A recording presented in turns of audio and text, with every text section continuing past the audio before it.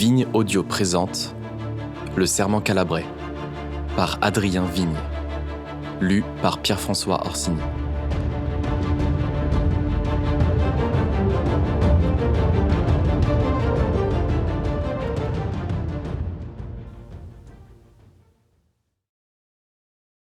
Chapitre 14. La brigadière Conti me conduit via la A2 de Reggio à Gioia Tauro. Que de changements depuis mon enfance. L'autoroute, pour commencer. Conti me raconte que le tronçon que nous traversons est surnommé l'autoroute de la mafia, toutes les entreprises engagées pour sa construction appartenant à la 'Ndrangheta. Personne n'a rien dit. Cela a créé de l'emploi durant plusieurs années dans ce territoire où le chômage endémique est l'un des taux les plus élevés d'Italie. Merci l'Europe pour son financement et celui des bonnes œuvres de la mafia. L'autoroute trace son chemin au milieu des forêts et des champs cultivés.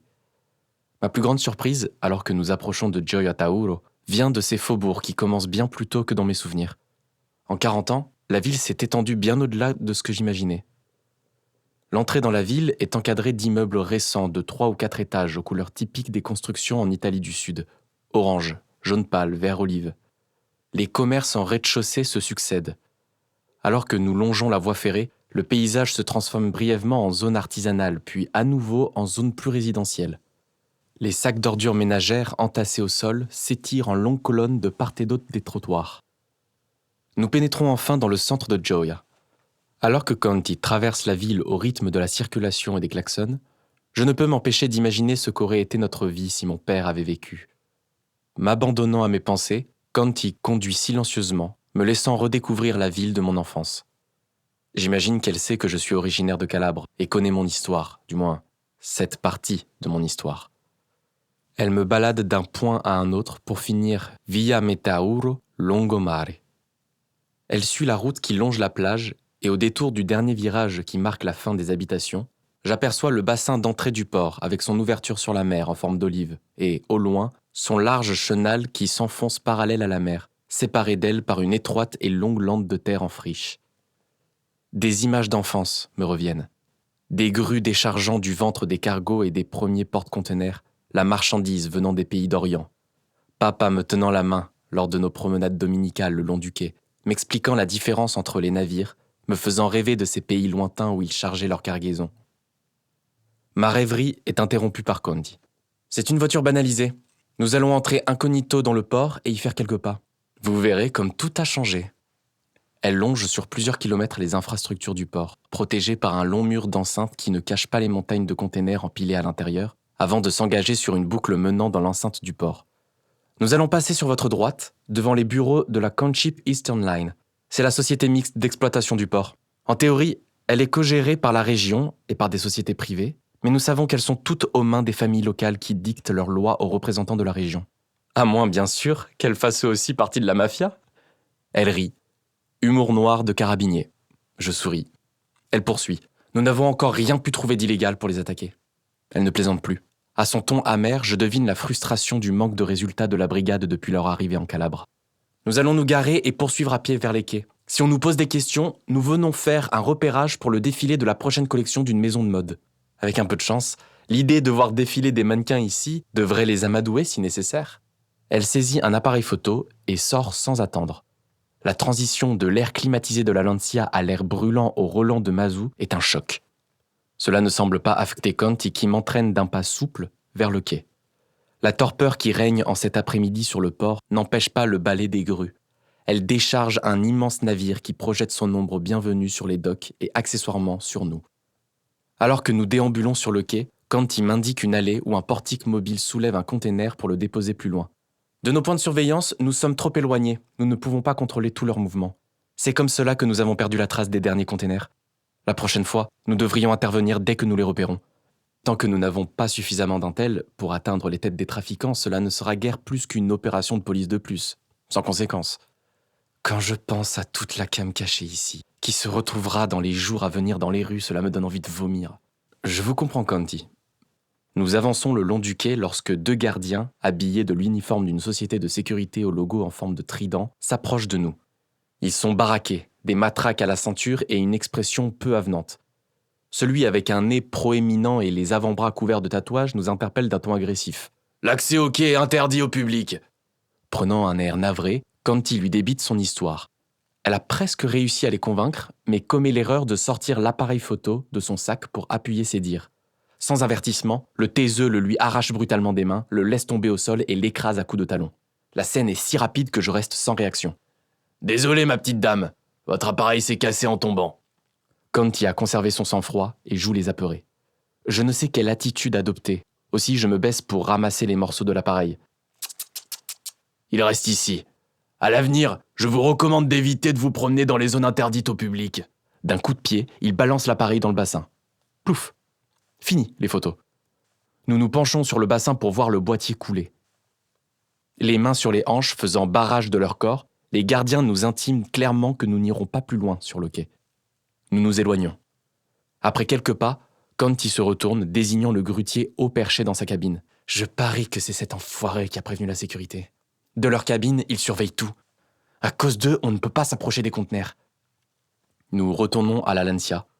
Je lui propose de prendre un verre à Gioia Tauro pour nous remettre de cet incident. Mais elle insiste pour retourner directement à Reggio et ne pas m'exposer davantage.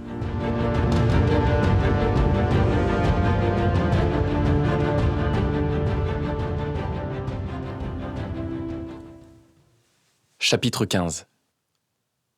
Un mois plus tard, de retour d'une visite éclair à Rome pour rendre des comptes au procureur général sur l'avancée de nos opérations, je viens assister à un point d'étape sur les enquêtes en cours, à travers la province, avec l'inspecteur et ses cadres.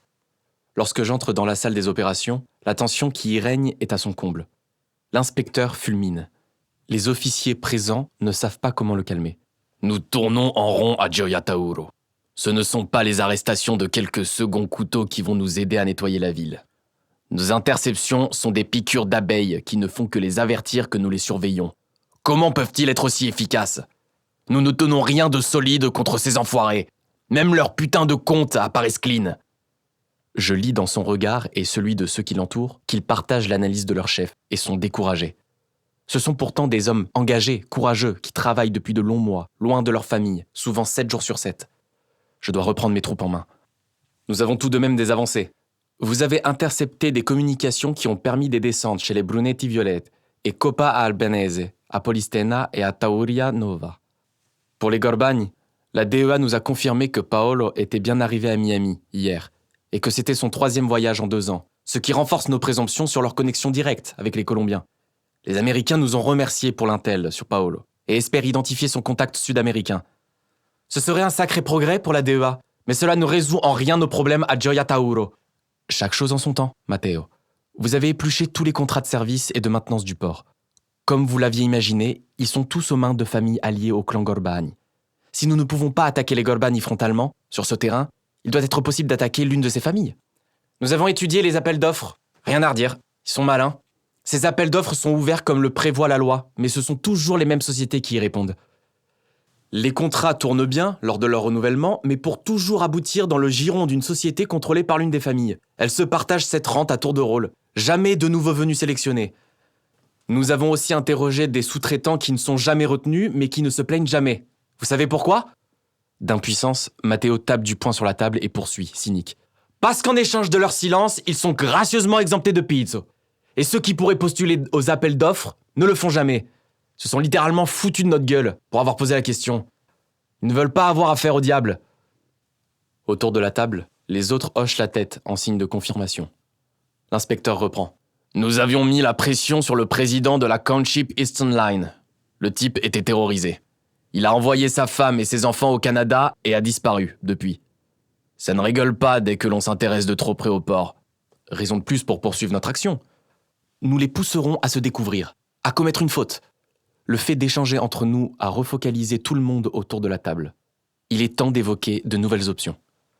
À tous les échelons, civils ou administratifs, tout le monde ferme les yeux par corruption, par peur de représailles et par tradition. J'ai demandé à Rome que l'administration des villes de Gioia Tauro et de Reggio soit mise sous tutelle. Mais avant que la décision soit officialisée, notre année sera écoulée. Il nous faut un autre angle d'attaque. Matteo. La voix fatiguée de l'inspecteur invite son bras droit à me briefer. Nos infiltrés et la brigade financière ont réussi à tracer des mouvements de fonds suspects. Confisquer les biens des familles arrêtées, mais cela reste secondaire. Et surtout sans relation avec l'activité des Gorbagni. Il nous est impossible de passer le barrage de leur société écran dans les paradis fiscaux par où leurs fonds transitent, sans compter leurs activités légales qui masquent le blanchiment d'une partie de leurs bénéfices. Contrairement aux Siciliens, les Calabrais sont très efficaces dans leur gestion et la couverture de leurs affaires.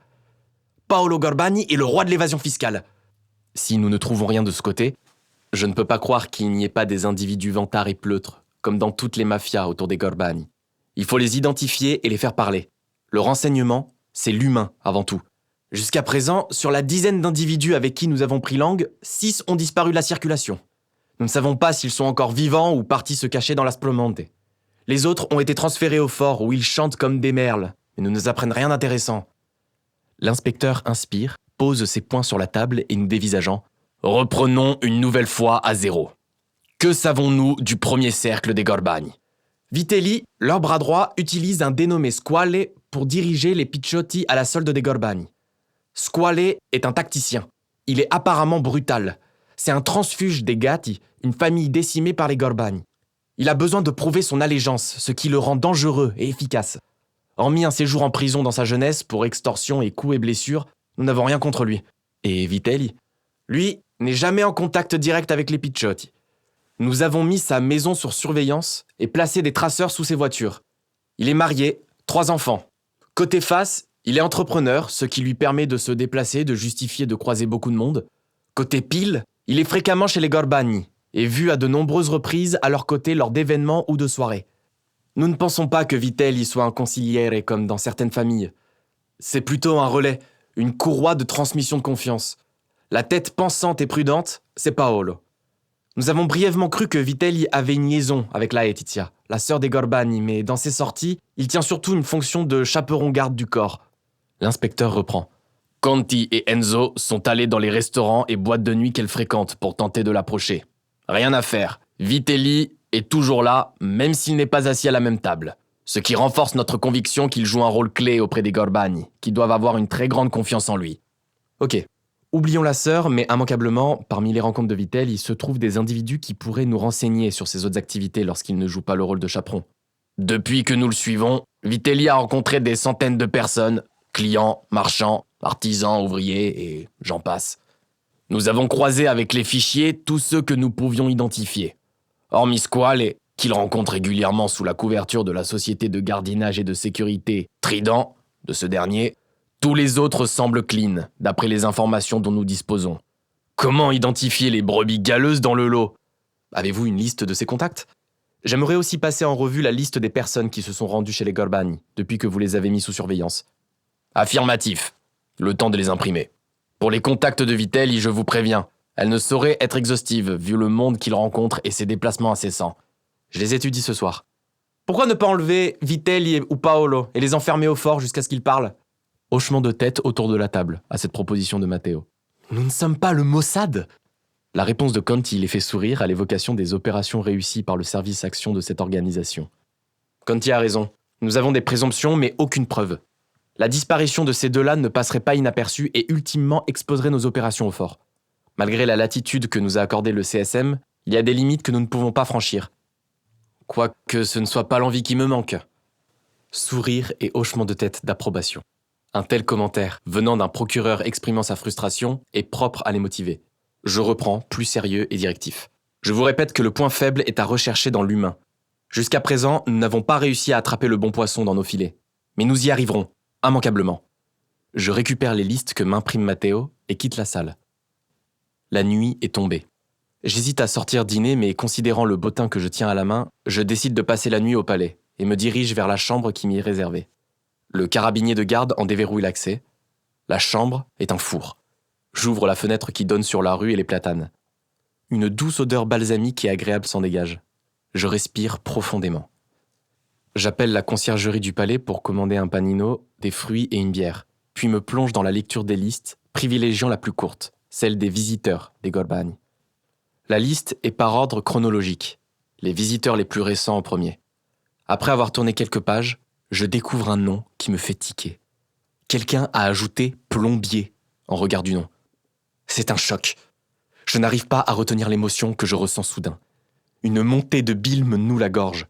Une vague de souvenirs m'envahit. Je fixe, sans le voir, le mur face au bureau et, comme au cinéma, se rejouent mes derniers instants de bonheur et la découverte brutale de papa, baignant dans son sang. Alba, ma mère, avait raison. Je n'aurais jamais dû revenir sur cette terre maudite. Que n'ai-je tenu cette promesse plutôt que de la sacrifier à mon avancement?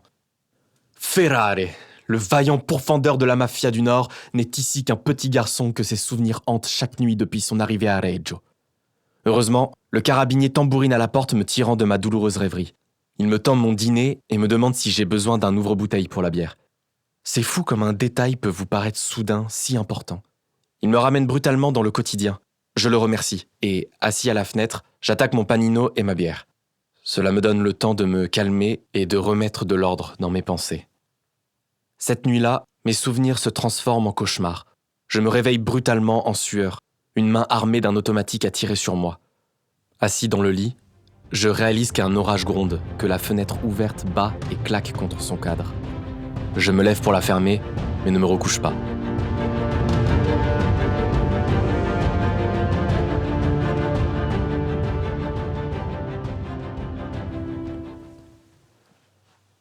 Chapitre 16. Le lendemain matin, j'agite la liasse de noms face à l'inspecteur et aux enquêteurs présents dans la salle des opérations. Que les Gorbani fassent appel à un plombier n'a rien de surprenant en soi. Que le même plombier soit vu avec Vitelli, un entrepreneur, à plusieurs occasions, non plus. Ce qui est plus troublant, c'est que dans les 48 heures qui suivent ces rencontres, 2 des Picciotti que vous aviez contactés aient disparu de la circulation. C'est loin d'être une preuve, mais une piste à creuser. Et comment avez-vous fait ce rapprochement? Je fixe l'inspecteur qui ne scie pas et soutient mon regard. Avec le sentiment de donner un coup de couteau dans le dos de mon ami d'enfance, je me lance. À moins qu'il s'agisse d'une homonymie sur le patronyme et le prénom, il se trouve que je connaissais cette personne. C'est le fils d'un ami et associé de mon père avec qui je jouais avant de quitter la Calabre pour les États-Unis. Nos familles étaient très liées. Son père a été assassiné en même temps que le mien. Un pesant silence règne dans la salle, personne ne sachant comment poursuivre. Ni moi pour masquer mon émotion, ni aucun de ces hommes et femmes qui comprennent la douloureuse implication de cette révélation, si mon analyse se révèle juste. Ce qui aurait dû être un soulagement pour tous de tenir enfin une piste est, en définitive, un sale cadeau du destin. Chacun le comprend bien. La brigadière est la première à réagir. Elle s'installe devant le clavier de l'ordinateur. Quel est le nom de l'individu? Je vais lancer une recherche. J'hésite une microseconde puis Giorgio Giocanti. Alea iacta est. La sentence est tombée. Tandis qu'elle tape le nom dans la base de données des carabiniers, personne ne bouge. Tentant de détendre l'atmosphère, la recherche prenant du temps, elle poursuit. Et vous n'avez plus jamais eu de contact avec cette personne depuis votre départ? Non. Nos mères ont correspondu quelque temps. Nous leur avions même acheté des billets d'avion pour qu'ils nous rejoignent à Détroit, où nous vivions à l'époque. Laura, la mère de Giorgio, nous avait écrit que son fils avait de mauvaises fréquentations. Elle a retourné les billets avec un mot de remerciement et depuis, plus de nouvelles. L'inspecteur tente à son tour de désamorcer la tension. « Matteo, descends te renseigner, vois s'il est enregistré au registre du commerce. » Matteo quitte la pièce. L'inspecteur en profite pour se lever et faire quelques pas. Ce mouvement redonne vie à l'équipe. Chacun reprend son travail, le nuage qui planait s'est dissipé. Je regarde par-dessus l'épaule de Conti, son écran avec le sablier n'en finit pas de tourner. Pour me distraire, elle m'explique. La requête croise les bases de données de plusieurs services avant de nous remonter l'information. Cela peut prendre plusieurs minutes. À Turin, nous avons la fibre dans tous les bureaux. Ici, c'est une autre histoire. On se croirait revenu à l'Ottocento. Il reste encore beaucoup de progrès à réaliser pour que les régions du Sud bénéficient des mêmes infrastructures qu'au Nord. Encore une interminable attente, puis... Ecco, voilà sa fiche. 52 ans, marié, 2 enfants, pas de casier judiciaire, parents décédés. La mère le 11 juin 2010. Le père, l'inspecteur lui adresse un signe discret et se tournant vers moi. Vous en pensez quoi? Avec son père assassiné sous nos yeux, comment pourrait-il participer à leur organisation? Vous disiez qu'il a eu dans sa jeunesse de mauvaises fréquentations. C'est comme cela que ça commence, non? N'exagérons rien. Il a visiblement fondé une famille et un métier honnête. Comme 90% des mafieux. Je devrais peut-être l'approcher en direct? Certainement pas. Nous allons commencer par mettre sa ligne téléphonique sur écoute, déployer une équipe pour le surveiller chez lui et dans ses déplacements. On analysera ses contacts avant d'entreprendre une mission d'approche. Brigadière, vous vous chargez de sa ligne téléphonique. Pas de demande officielle, vous faites le nécessaire. Matteo revient, un document à la main. J'ai les informations sur votre plombier, annonce-t-il en me regardant. Il a enregistré sous le nom de Idraulico Calabrese CRL, une société de plomberie en 1985 avec un capital initial de 500 000 lire. Il a un chiffre d'affaires stable sur ces 5 dernières années et emploie 3 personnes, du moins, déclarées. J'aurai des informations plus complètes sur sa situation financière dans la journée. Requinqué par cette nouvelle piste et alerte comme un setter anglais en chasse, l'inspecteur égrène ses ordres. On redéploie nos effectifs autour de ce Giocanti pendant 2 semaines. On conserve un visu sur les Gorbagni. On laisse Vitelli libre de ses mouvements tout en le gardant sur écoute. Matteo, il faut poser des micros au domicile des Giocanti. Déshabiller Paul pour habiller Pierre. Vous ne croyez pas, inspecteur, donner trop d'importance à Giocanti et laisser Vitelli, un suspect plus évident, sans surveillance ? L'inspecteur se tourne vers moi. 3 mois de filature pour peu de résultats. Vous le disiez vous-même, nous avons besoin d'étudier de nouvelles pistes et de cibler de l'humain. Laissez-nous faire, je vous tiendrai informé. Il poursuit. Canti, donnez-moi l'adresse de ce Giocanti, je veux me faire une idée de son environnement. Son domicile et son entreprise sont domiciliés près de Seminara, en pleine campagne. Cela sera difficile d'établir une surveillance continue sans se faire repérer par des pecnos. Enzo, je veux un max de photos sur l'environnement de Giocanti. Extérieur, intérieur et sur tous les gens qui l'entourent, famille, employés et tutti quanti. Fabio, je veux la liste de ses fournisseurs et clients des 5 dernières années. Tu les communiqueras au fur et à mesure à Conti qui fera des recherches sur eux. On se retrouve demain matin pour faire le point. Tandis que je retourne à mon bureau dans l'autre aile du palais, je m'interroge, dans quel pétrin ai-je entraîné mon ami ? Comme si son enfance n'avait pas été assez cruelle, et le destin impitoyable avec sa parenté. Je ne peux plus l'ignorer. Ce retour dans ma terre natale est un signe du destin.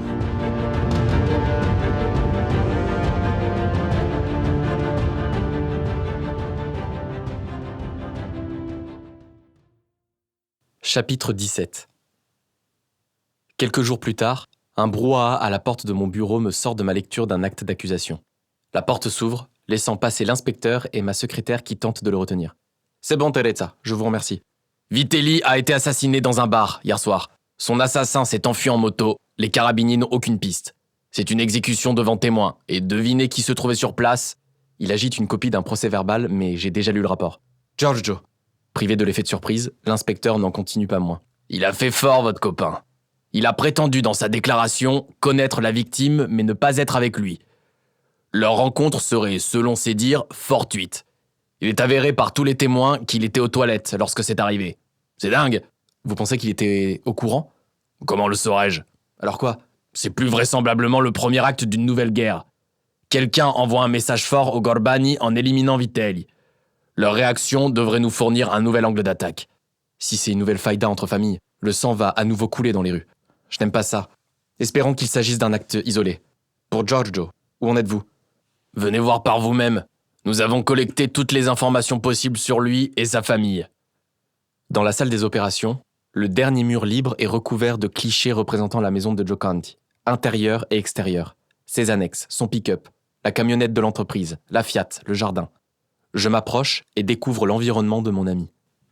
Pourtant habitué aux photos clandestines prises lors des enquêtes, je me fais l'effet d'un voyeur pervers qui étudie sa proie avant de la frapper. Les photos de l'intérieur montrent une grande pièce unique servant tout à la fois de salle à manger au mobilier rustique et de bureau avec contre un mur, une table étroite surmontée d'un panneau en liège, où sont punaisés divers papiers et une carte postale. Une armoire métallique de classement fait l'angle avec le bureau. Pas d'ordinateur, uniquement un téléphone posé sur une pile d'annuaires. J'observe un long moment le visage de Giorgio sur les différentes photos accrochées au mur. J'étudie ses yeux. Je cherche à y lire des traces de son présent, de notre passé. Il ressemble à une version vieillie de Russell Crowe. Des photos de sa femme, ses enfants et de ses 3 employés complètent l'ensemble. L'inspecteur et Matteo m'interrogent sur la suite à donner à la poursuite de la surveillance, celle-ci n'ayant rien montré de probant quant à la participation de Giorgio aux activités des Gorbagni. Après tout, il est plombier et il lui faut bien des clients. Avec 3 employés fixes, des intérimaires et de multiples chantiers, sa mobilité ne peut être remise en cause. Il travaille sur toute la plaine de Gioia Tauro jusqu'à Reggio. Le seul point qui fait encore hésiter l'inspecteur à lever la surveillance est dans la clientèle de l'entreprise. Des clients loin de Seminara, dans chacune des autres provinces. Des contacts surprenants et certains douteux pour un artisan local. Après discussion et malgré le doute de l'inspecteur, Nous convenons que nous n'avons aucune explication ni à charge ni à décharge, et qu'au vu du risque de guerre imminente, nous devons focaliser nos ressources sur les mouvements des Gorbani. Soulagée, et sur le point d'ordonner la levée de la surveillance de Giorgio et sa famille, c'est la brigadière Conti qui scelle son destin. Debout devant le mur des photos affichant les guerres mafieuses passées, je la vois surligner au stabilo des lignes sur la page ouverte du carnet qu'elle tient à la main. Elle reste un moment, songeuse devant le mur, contemplant ses notes. Je crois que je tiens quelque chose. Notre curiosité éveillée, nous formons un demi-cercle autour d'elle. J'ai comparé les chiffres d'affaires annuels de la société de Giocanti avec les dates des guerres les plus meurtrières. À chaque fois, il est en forte baisse puis remonte lorsqu'elles sont terminées. Comme il a longtemps travaillé seul, cela est d'autant plus frappant. D'ailleurs, le développement de sa société et l'embauche de ses employés correspondent peu ou prou à la fin des guerres qui ont vu la domination des Gorbani sur la ville. Je ne sais pas ce que cela signifie, mais c'est une récurrence qui ne trompe pas. C'est en effet un signe indiscutable, et nous réalisons immédiatement sa portée. En signe de reconnaissance pour cette analyse, les présents applaudissent la brigadière, qui en retour leur fait une révérence en riant. Je ressens un grand froid et dois faire un effort pour masquer mon trouble et partager la joie de l'équipe à la certitude de tenir une piste. Félicitations, brigadière. Nous aurions affaire à un loup solitaire, enchaîne Matteo. L'inspecteur est remonté à bloc. Si c'est le cas, dans un premier temps, tâchons de le relier aux disparitions inexpliquées de civils. Jusqu'à quand remonte-t-on ? Conti me prend de vitesse. 1985, la création de sa société. 27 ans ? On ne retrouvera jamais de témoins ou de preuves aussi anciennes. Matteo est dépassé. J'interviens. Les disparitions de civils dans les archives sont les plus faciles à retrouver parce qu'elles ont forcément fait l'objet d'enquêtes. Sur le terrain, vous vous focaliserez sur les 3 ou 5 dernières années selon le nombre de victimes. Les autres nous serviront à établir un panorama global pour rechercher un schéma, une faille qui puisse éventuellement le lier au Gorbani. Je me tourne vers l'inspecteur. Si ce plan d'action vous convient, bien entendu. Il hoche la tête en signe d'acquiescement, ses pensées visiblement ailleurs. Les Gorbani ne vont pas laisser passer la disparition de Vitelli sans réagir. Si vous avez raison, Conti, Giocanti devrait modifier son emploi du temps. Là, nous pourrons le coincer. L'idée de se rapprocher de leur proie excite les enquêteurs présents dans la salle. Chasseurs sevrés depuis plusieurs mois de résultats tangibles, ils sont impatients de prendre leur revanche. Je les abandonne et retourne à mon bureau. Tout en marchant, je ressens une grande lassitude à l'idée que Giorgio ait pu basculer dans l'univers mafieux. Je ne me fais plus d'illusions. Décidément, la pieuvre corrompt tout, même ceux qu'elle a rendus orphelins. Quant à savoir où et comment il a été formé, j'ai ma petite idée. Alors que je pousse la lourde porte en acajou qui donne dans le bureau de mes collaborateurs, je sais que je devrais affronter Giorgio pour ce qu'il est devenu. Un criminel.